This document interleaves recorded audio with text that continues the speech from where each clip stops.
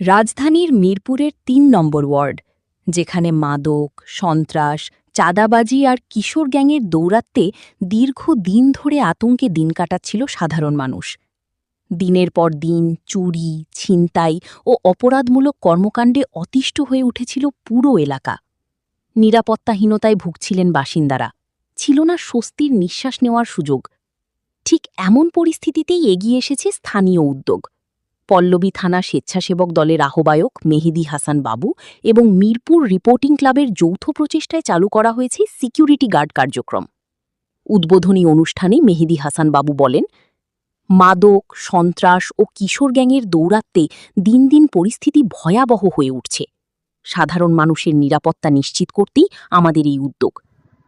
আসলে আমাদের এলাকার মধ্যে ইদানিং চুরি, ডাকাতি এবং বিভিন্ন কিশোর গ্যাং এবং সামাজিক অপকর্ম বেড়ে গেছে। সেই কারণে আমরা মিরপুর স্পোর্টিং ক্লাবের উদ্যোগে আমরা যারা আছি সদস্য, আমাদের বড় ভাইদের সহযোগিতা এবং অনুপ্রেরণায় আমরা চিন্তা করলাম যে এলাকার মধ্যে সামাজিকভাবে আমরা চিন্তা করলাম যে এলাকার নিরাপত্তার জন্য কি করা যায়। সেই লক্ষ্যে আমরা নিজের আলোচনা করে ভাবলাম যে এলাকাটার মধ্যে আমরা সিকিউরিটি সার্ভিস আমরা চালু করি, রাত্রিকালীন নৈশ প্রহরী, যাতে এলাকার এই চুরি, ডাকাতি এবং কিশোর গ্যাংয়ের উপদ্রব দমন করা যায়। সেই লক্ষ্যেই আমাদের এই সিকিউরিটি সার্ভিসটা চালু করা।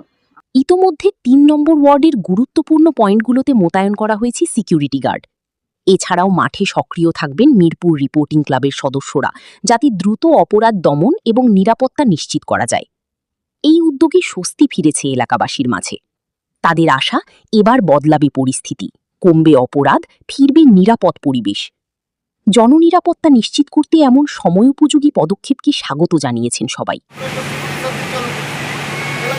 এখানে কিন্তু আমরা যারা শহরে বসবাস করি, যার যার বাসায় সে থাকি, কারো কোনো সমস্যা হলে আমরা কেউ কারোর জন্য আগে আসি না।